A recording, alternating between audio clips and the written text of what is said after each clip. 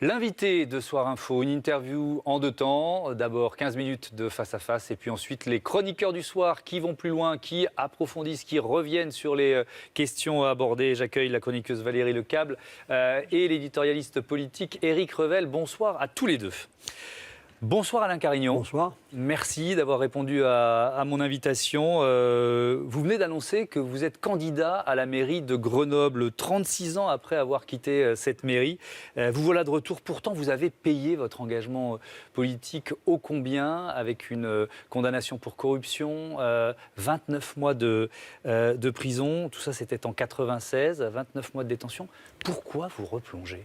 Par passion pour Grenoble, parce que cette ville mérite un autre destin que celui qu'on lui impose depuis 6 ans. Sur tous les facteurs les plus importants, elle est en difficulté, elle a été mise en difficulté par la municipalité, alors qu'elle mérite le meilleur.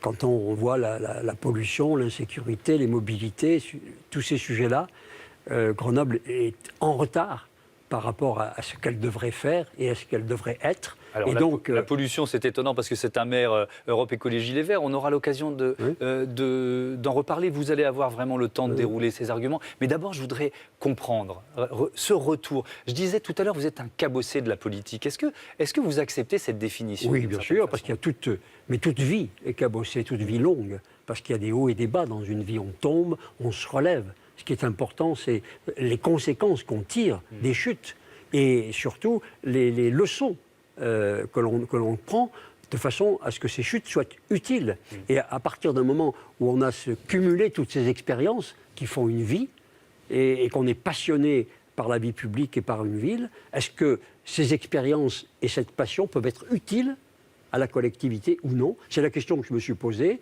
Et devant la situation de la ville, j'ai répondu oui. Ce n'est pas la première fois que vous vous la posez. Est-ce que vous aviez abandonné toute idée de faire de la politique ou est-ce que c'était toujours quand même, Alain Carignon, dans un petit coin de votre tête, notamment dans l'année ou les 2 ans qui précèdent une municipale ? Disons que j'ai toujours eu la passion de la chose publique et j'ai toujours eu la passion de la ville. Je suis gaulliste depuis que j'ai 17 ans.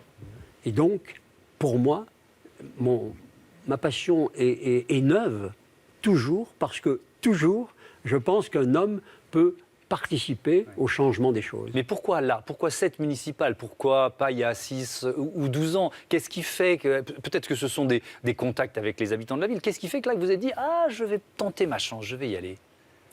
Je ne vais pas tenter ma chance, je vais tenter la chance de Grenoble.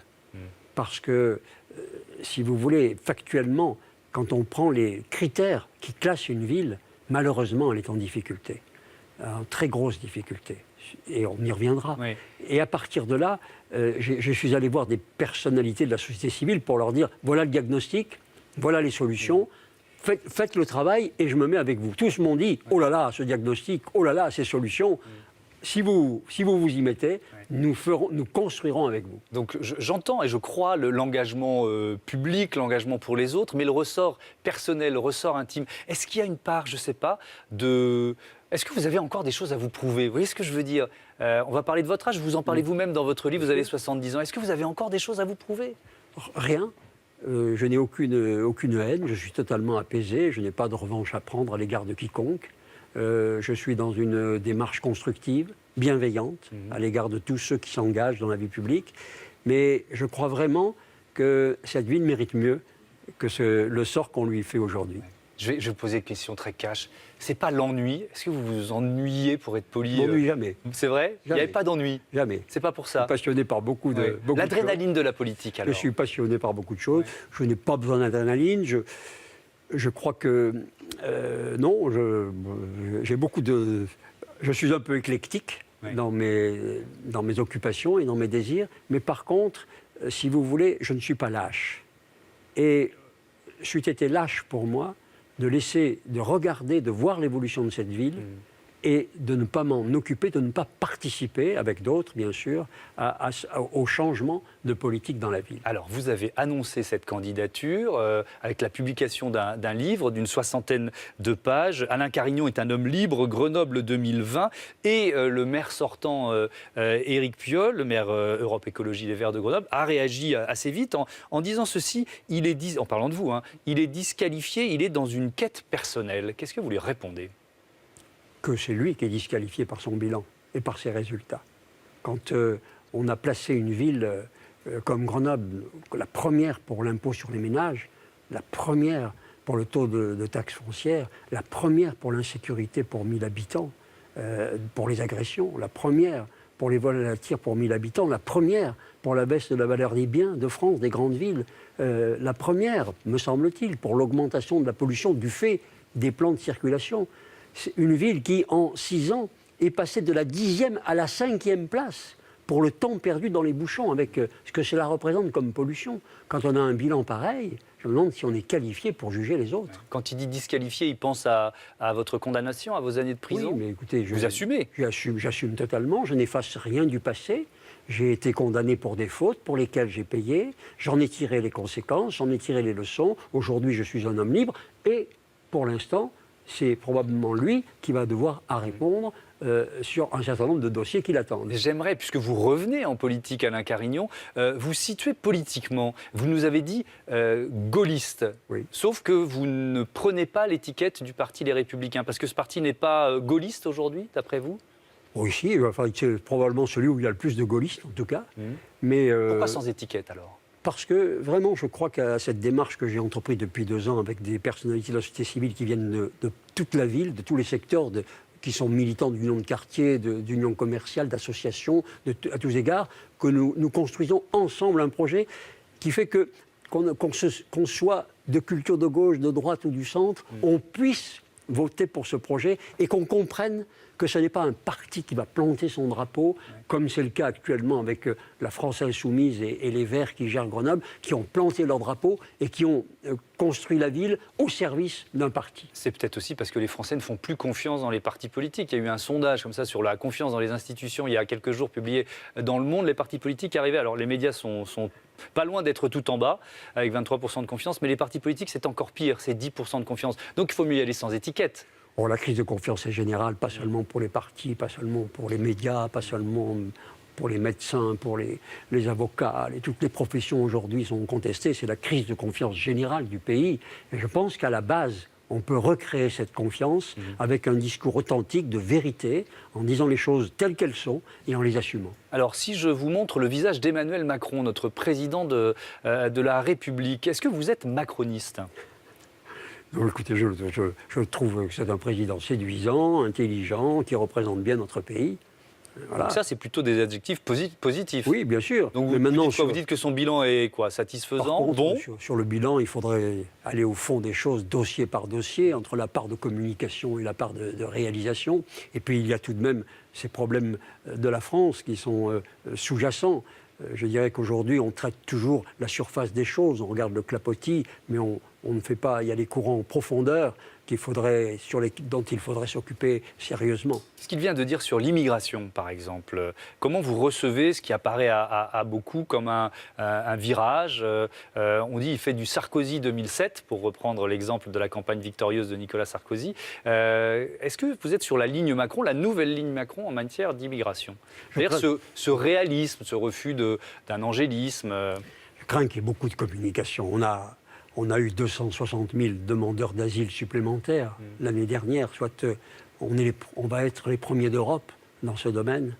Ce sont des chiffres terribles avec donc les 2/3 qui sont des demandes qui vont être rejetées et qui n'ont pas de valeur. Donc je crois que dans ces domaines-là, qui sont extrêmement sérieux, il faudrait vraiment avoir des politiques plutôt que de la communication. Je regarde le cas de Grenoble, oui, où on a un maire qui est allé à la frontière pour expliquer aux migrants, faire un discours pour expliquer aux migrants qu'ils pouvaient venir. Et donc on a des campements dans la ville, des campements dans les parcs, des campements dans un certain nombre de quartiers, de personnes qui arrivent et qui ont entendu ces appels. Donc vous croyez à la théorie de l'appel d'air, quand un pays ou une ville, on va dire, assouplit sa législation, ça crée un appel d'air pour les migrants. Je crois que c'est grave. Cette irresponsabilité. Un élu doit avoir une éthique de responsabilité. Il ne doit pas mentir. Mais vous ferez quoi de différent?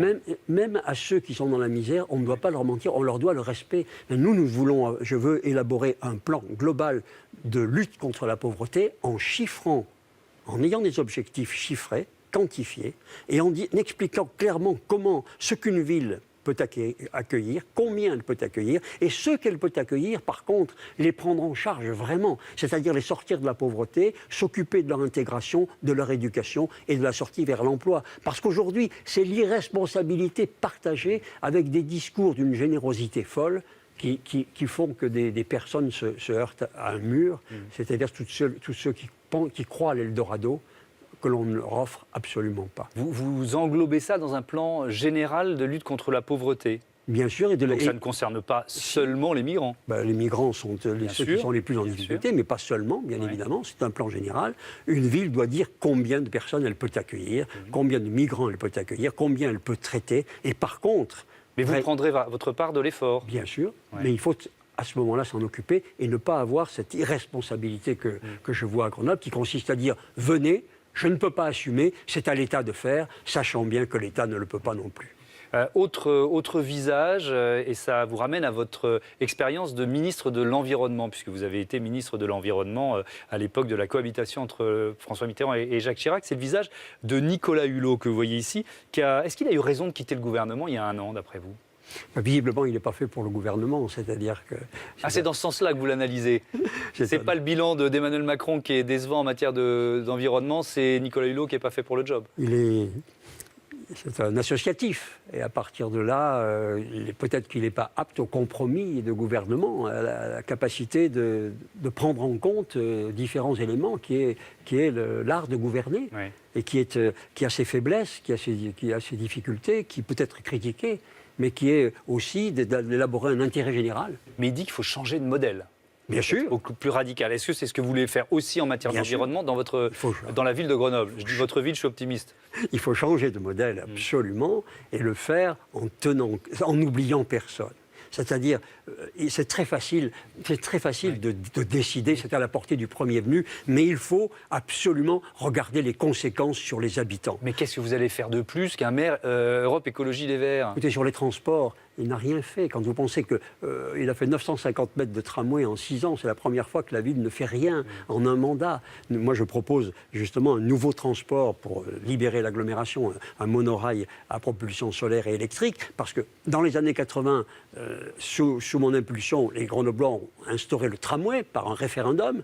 Non, et on n'a rien fait d'autre. Donc aujourd'hui, il faut passer à un autre niveau de déplacement qui permette d'entrer dans la ville et dans l'agglomération dans des conditions écologiques parfaites. Merci Alain Carignon. C'était le premier temps de cette interview, le face-à-face. Et dans un court instant, Valérie Lecable et Éric Revel vont vous poser eux aussi beaucoup de questions. Ils sont très curieux de savoir pourquoi vous revenez en politique. Terrible. L'invité de Soir Info, seconde partie, toujours avec Alain Carignon qui fait son retour en politique puisqu'il est candidat au municipal dans sa ville de Grenoble. Valérie Lecable et Éric Revel sont prêts à vous interroger. Valérie Lecable, à vous la main pour démarrer. Écoutez, Monsieur Carignon, j'ai envie d'aller un petit peu plus loin dans votre personnalité. Après ce que vous avez dit, vous avez prononcé ce mot de apaisé. Je suis apaisé aujourd'hui. Il faut rappeler que vous avez quand même été en prison pendant 29 mois à la suite d'une histoire de corruption où on vous accusait à l'époque d'avoir confié la gestion de l'eau de la ville à Jérôme Monod, c'est-à-dire la filiale de la Lyonnaise des Eaux, votre ami gaulliste, j'imagine, en échange d'un certain nombre d'avantages, dont un appartement de 250 mètres carrés à Paris. C'est à peu près l'histoire. Des bureaux. De bureaux, d'accord. C'est à peu près l'histoire, si je me souviens bien. Et ce qui m'intéresse, c'est comment on fait pour être apaisé quand on est passé ce par quoi vous êtes passé. Ça, c'est la première chose. On voit des Balkany, on voit Madame Balkany qui est sur toutes les télévisions en train de dire c'est injuste, mon mari, il n'a rien fait, il n'a pas fait aussi mal. Moi, j'ai connu bien Bernard Tapie, par exemple, qui est toujours dans la colère, dans le combat, dans la revendication. Quel a été votre parcours à vous et pourquoi est-ce que vous regrettez ce que vous avez fait à l'époque? Qu'est-ce que vous avez vécu de personnel qui vous amène aujourd'hui à revenir faire exactement la même chose que ce que vous faisiez avant en plus? Parce que vous auriez pu faire comme Pierre Botton et vous occuper des gens en prison, par exemple, ou comme Loïc Le Floch-Prigent, ou des gens comme ça. Non. Et vous refaites pareil. Parce que pour les causes publiques, il y a plein de solutions. Pour les causes publiques, vous pourriez vous occuper des jeunes, des sans-abri, etc. Alors, qu'est-ce qui fait que vous êtes revenu 25 ans en arrière, en fait?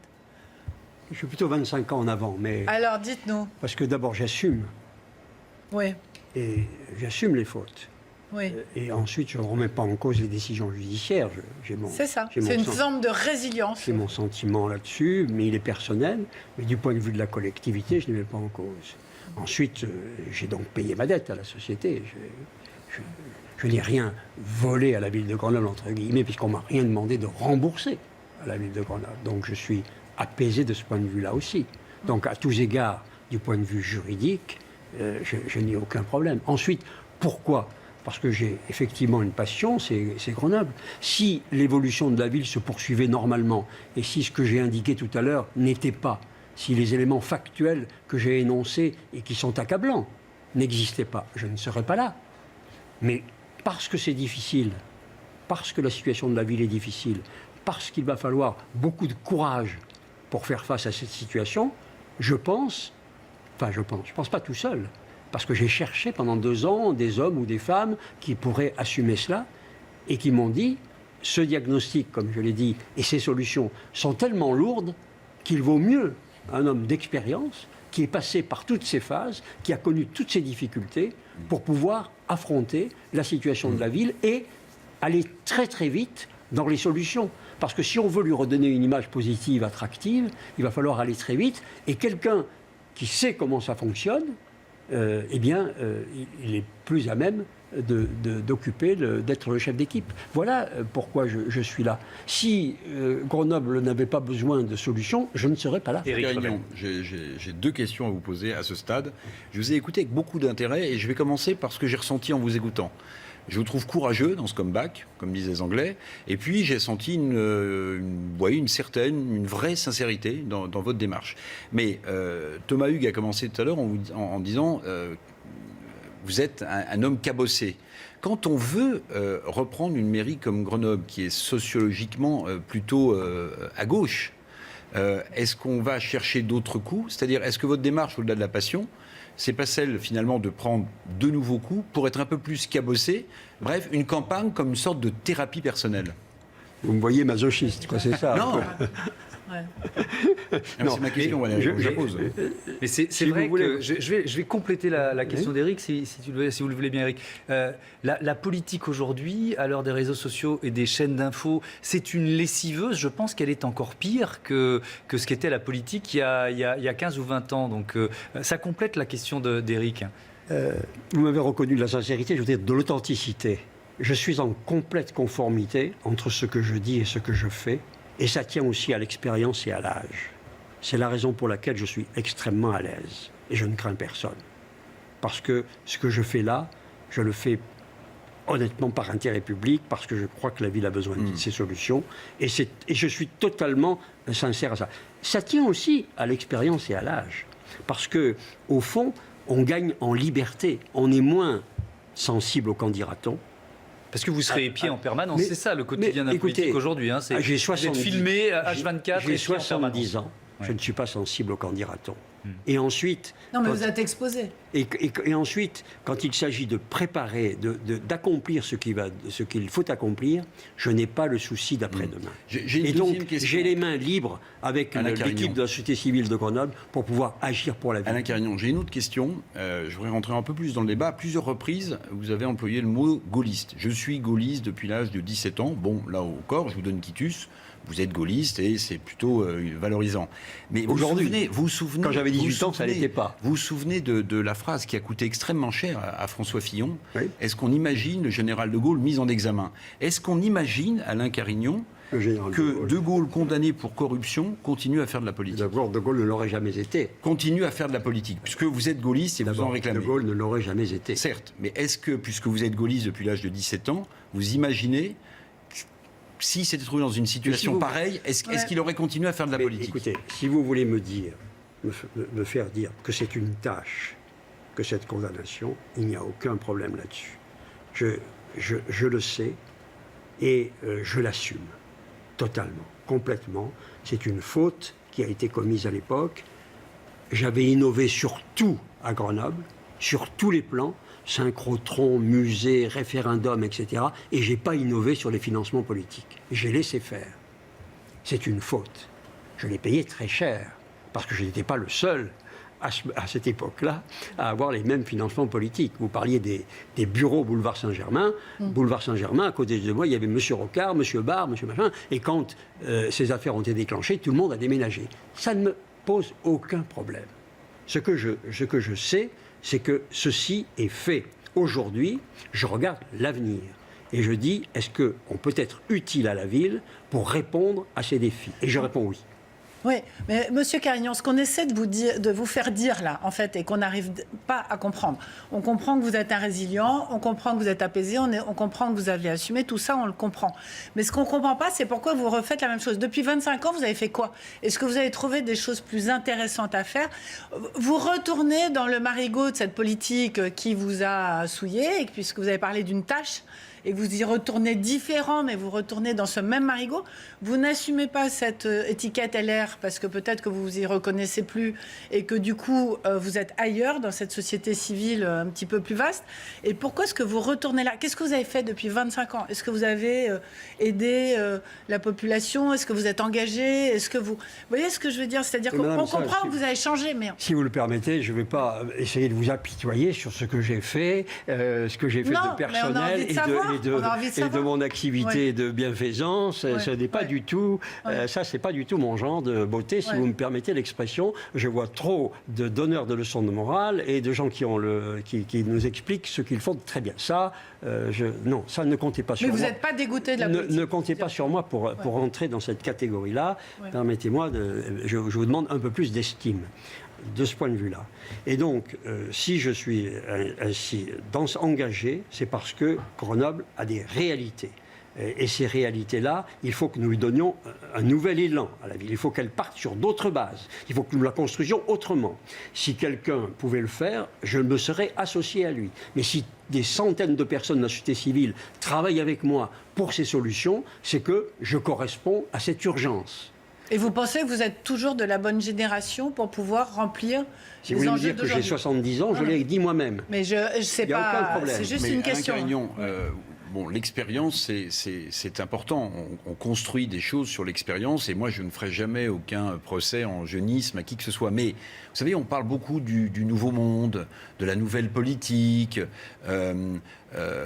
autour d'un parti, mais pas que. On voit bien que tous les partis politiques ont rajeuni leur visage. Bien sûr. J'ai bien compris que l'expérience, c'est important et encore une fois, je ne ferai jamais un procès contre l'expérience. Mais est-ce que dans ce nouveau monde, dans cette nouvelle politique, dans ces nouveaux visages, vous avez l'impression d'avoir encore votre place ou non l'expérience? Mon équipe était extraordinairement jeune et féminisée et ensuite mes propositions sont les plus... Aujourd'hui, nous proposons le monorail écologique pour entrer dans Grenoble, nous proposons une montagne de la biodiversité à la Bastille, je propose un Davos de l'intelligence artificielle à Grenoble pour que toute notre ville entière réfléchisse à tous ces enjeux éthiques, philosophiques, médicaux qui se posent autour de toutes ces questions de la fusion des nanotechnologies, de l'informatique et qui pose des défis considérables puisque pour la première fois l'homme va être autant l'ingénieur de lui-même. Et donc Grenoble, qui est une ville où il y a des start-up dans ce domaine formidable, où il y a des reconnus par l'Europe, nous pouvons redevenir une ville pionnière dans des secteurs clés et une ville de réflexion qui donne envie. Et sur tous ces sujets-là, je suis totalement connecté avec ceux qui préparent cet avenir et je veux le préparer avec eux. Alors, vous avez critiqué vertement le bilan, c'est le cas de le dire, le bilan du maire sortant, Éric Piolle. Hier, à votre place, il y avait Julien Bayou, qui est le porte-parole d'Europe Écologie Les Verts. Et alors, moi, je n'ai pas du tout entendu le même bilan. Je vous propose un extrait de l'intervention de Julien Bayou sur ce thème. 100% d'électricité d'origine avec l'énergie renouvelable, ils vont le faire à Grenoble en un quinquennat. Alors, ce n'est pas forcément faisable partout en France, mais c'est une réussite.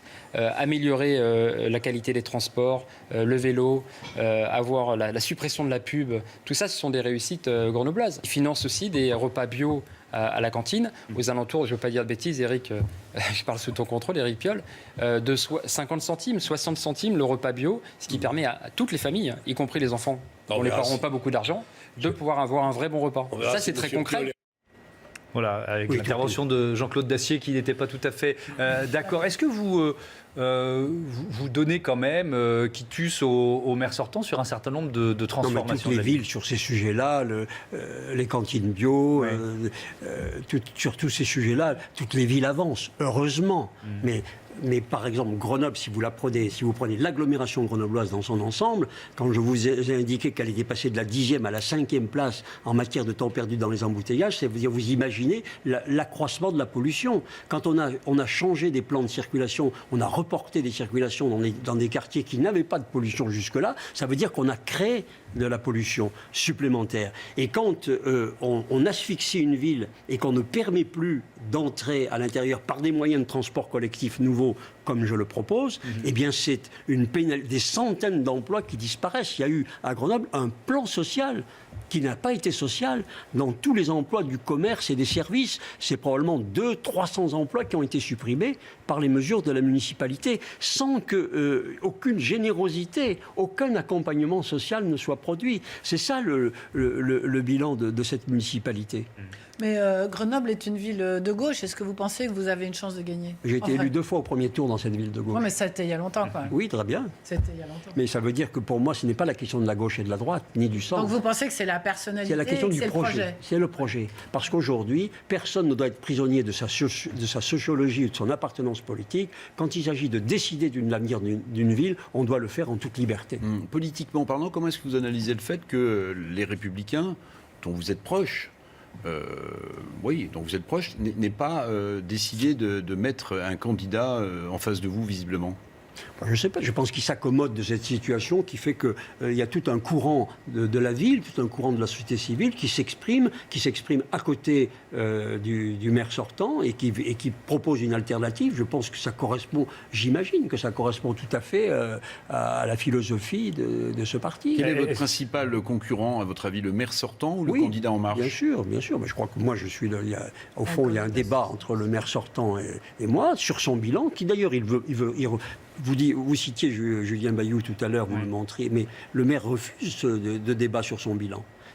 Il se projette tout à fait dans l'avenir pour éviter d'avoir à débattre de ses Mais résultats. en 3 mots, qu'est-ce que vous avez de fondamentalement différent dans votre projet par rapport au sien? Quand on écoute Julien Bayou, il dit à peu près la même chose que Non, vous. pas du tout. Il parle de petites mesures techniques sur des dossiers comme les cantines scolaires. C'est pas technique, c'est la santé des enfants. Il n'est pas maire de Grenoble, Non. donc bon. Non, enfin, vraiment. On va rentrer dans le Non, mais détail. sur des sujets qui sont traités par toutes les communes, alors que les grands dossiers, les dossiers de mobilité, les dossiers d'attractivité, les dossiers d'insécurité, qui est considérable, terrible, d'embellissement de la ville, ces grands dossiers n'ont pas été traités par Grenoble et nous proposons, le patrimoine municipal est en train de s'effondrer, l'hôtel de ville lui-même, la commission de sécurité indique qu'il devrait être fermé au public, on est dans une situation à la fois financière et à la fois des grands dossiers qui est vraiment très difficile. Éric, je vais juste compléter la question que vous posiez tout à l'heure concernant le parti LR et le fait qu'il n'y ait pas aujourd'hui de candidat de ce parti. Est-ce que ça a fait partie Est-ce qu'il y a une négociation de votre part? Aucunement. C'est pas ce que vous y seriez allé même avec un candidat LR en face de vous? J'ai indiqué dès le départ que je ne demanderais l'investiture d'aucun parti politique. Et que Pourquoi ça vous arrange. vous ne voulez pas rentrer dans les politiques? aucun parti politique n'aurait son avis à donner sur notre projet et sur la composition de la liste. Car je considère que vouloir planter le drapeau d'un parti politique sur une ville est une erreur. Donc vous ne croyez plus aux partis politiques quand même alors? L'étiquette LR, c'est pas la meilleure étiquette pour faire campagne en ce moment. C'est ce que je l'ai décidé depuis 2 ans. Ouais. Donc c'est pas une question d'opportunité. Pourquoi, M. Carignan? Parce que vous ne croyez plus aux partis politiques? Si, les partis politiques concourent à l'expression de alors pourquoi vous n'avez pas voulu une étiquette d'un parti politique? Moi, je suis concentré dans une action qui est une action locale et je me réserve pour cette seule action. Vous avez dit ou vous avez écrit dans votre livre, je ne sais plus, que ça serait, passez-moi l'expression, votre dernier tour de piste. Bon, peut-être. Mais non, mais alors je vous pose une question. Dites peut-être. Non, je plaisante. Vous avez dit, si vous êtes réélu, ça sera ma dernière élection. Ça veut dire qu'au bout d'un mandat de nouveau maire de Grenoble, la passion s'arrêtera alors? La passion ne s'arrêtera absolument pas. J'espère qu'elle ne s'arrêtera pas. Mais j'aurai amené une nouvelle génération qui prendra les rênes. J'aurai fait le travail difficile qui est à accomplir dans les tout premier mois de 2020 pour remettre la ville en marche, pour la requalifier. Donc vous relancez pour un mandat. Pour mettre fin un mandat. à la ghettoisation. Ensuite, vous passez le flambeau. On a une ville et apporter à toute cette génération-là un terrain qui lui redonne l'espoir. Non, mais du coup, on peut en savoir un peu plus sur vos colistiers. Il va y avoir qui sur votre liste, en fait, alors? Bah, écoutez, je ne veux pas les citer ici. Non, mais c'est des gens qui ont... Enfin, des hommes, des femmes, un avocat, un ancien magistrat, des notables de la ville, alors. Des membres d'union de quartier, des membres d'union commerciale, d'associations. Vous avez critiqué le fait que Europe Écologie Les Verts et la France Insoumise, et je reprends vos termes, aient planté le drapeau de leur parti sur la ville de Grenoble. Je voudrais vous faire réagir à ce qui est l'actualité de demain, le procès de Jean-Luc Mélenchon et de 5 autres de ses proches pour leur réaction lors de la perquisition au siège de la France Insoumise en octobre dernier. Et notamment cette phrase de Jean-Luc Mélenchon: « Je ne crois pas les juges, je n'ai pas confiance en la justice ». Qu'est-ce que ça vous inspire, ça, vous qui êtes passé par cet épisode du procès? Pardon d'y revenir encore. Non, mais Mais vous saviez, en vous relançant en campagne, que ces questions-là vous seraient reposées, alors que peut-être on ne vous les posait plus depuis des années. Ce qui est amusant, c'est ce que vous citiez tout à l'heure du maire de Grenoble et donc la municipalité qui est Mélenchon Vert. Oui. Alors à Grenoble, la justice, c'est très bien. Et je dirais même que 25 ans après, il faut qu'on poursuive ceux qui ont été condamnés. Mais ça vous disqualifie encore? À Paris, quand il s'agit de M. Mélenchon, qui va voir M. Lula en prison, qui est quand même condamné pour des détournements très importants, là, c'est un discours tout à fait différent. Et sur Patrick Balkany, on comprend bien Oui. qu'il y a une utilisation politique de la justice et un cynisme de la morale qui est utilisé pour des raisons électorales, dans lequel, la condamnation pour corruption de Lula est contestée quand même. dans lequel je n'entre pas, parce que vraiment, ça n'a pas de valeur. Par contre, je respecte totalement l'engagement des hommes qui s'engagent comme Jean-Luc Mélenchon. La condamnation de Patrick Balkany, vous en pensez quoi? Je ne porte aucun jugement sur les jugements. Je veux dire, mais vous trouvez ça naturel, normal, injuste? Aucun jugement. J'ai accepté les miens. Je n'entre pas dans le débat judiciaire, ni avec Jean-Luc Mélenchon, ni avec Patrick Balkany. Alors peut-être sur un prolongement de l'affaire Balkany, vous avez peut-être une idée, non pas sur les juges qui ont décidé une condamnation, mais sur le fait que Mme Balkany décide d'être maire par intérim, bien qu'elle soit condamnée. Est-ce que vous trouvez qu'éthiquement, politiquement, c'est quelque chose d'acceptable dans une mairie, lorsqu'on est condamné, de continuer à se présenter? D'abord, là, c'est la loi, le premier adjoint. C'est suspensif, certes. Non, le premier adjoint. Certes, mais moralement, est-ce que éthiquement... Non, mais qu'est-ce que vous en pensez? Vous serez peut-être maire de Grenoble dans peu de temps. La seule chose que je peux vous indiquer, c'est que c'est la loi. Et alors, dans la mesure où on respecte la loi, si on ne la respecte pas, on est attaqué, et si on la respecte, on est attaqué. Quand même compliqué. Alors j'ai posé une question plus personnelle liée à cette actualité Balkany. Quand vous avez vu les images de Patrick Balkany quittant l'audience et puis ensuite rentrant dans la prison de la Santé, est-ce que votre propre incarcération vous est revenue en mémoire? Est-ce que vous avez pensé à cette première nuit en prison? D'abord, je ne regarde pas tellement l'actualité nationale. Vous voyez ce que je veux dire? J'imagine que vous n'avez pas pu ne pas y penser. Ce que je veux vous dire, c'est que chacun réagit à sa manière. On ne peut pas comparer. Qu'est-ce que ça vous a... Dans les épreuves, chaque épreuve, pour chaque personne, est différente. Et personne ne sait comment il est sans avoir vécu une épreuve. Qu'est-ce que ça a changé? Et personne ne peut savoir s'il va être courageux ou lâche tant qu'on n'a pas vécu une épreuve. Je dis pas une épreuve féroce, ce n'est pas un drame, c'est des épreuves féroces. Et moi, j'ai appris cela. C'est pour ça que ça m'a donné beaucoup plus d'humanité. Je ne pense pas que j'en étais dépourvu, mais beaucoup plus, parce que je ne juge plus les hommes et je ne m'associe jamais à une meute qui est contre un homme. Plus jamais. C'est une règle que je me fixe parce que je trouve que c'est très douloureux. Je ne plains personne, chacun doit assumer ses actes. Et vous savez, être courageux, c'est l'être quand personne ne vous regarde. Et ça, on ne sait pas si on l'est ou pas. Et on peut l'être dans une circonstance et ne pas l'être dans une autre. Pardonnez-moi Mais- de vous poser une question dans le prolongement de ce que vous venez de dire, même si on est un peu dans le passé, que vous vous tournez en vous présentant dans l'avenir, mais qu'est-ce qui vous a le plus affecté? C'est la meute médiatique qui ne vous a pas lâché au moment de ce procès, ou le lâchage, voire le lynchage de certains de vos amis politiques? Non, vous savez, ce que j'ai appris, c'est, bon, d'abord qu'on s'effondre, c'est normal, mais c'est surtout qu'il y a une grande inégalité dont on ne parle jamais, c'est l'énergie.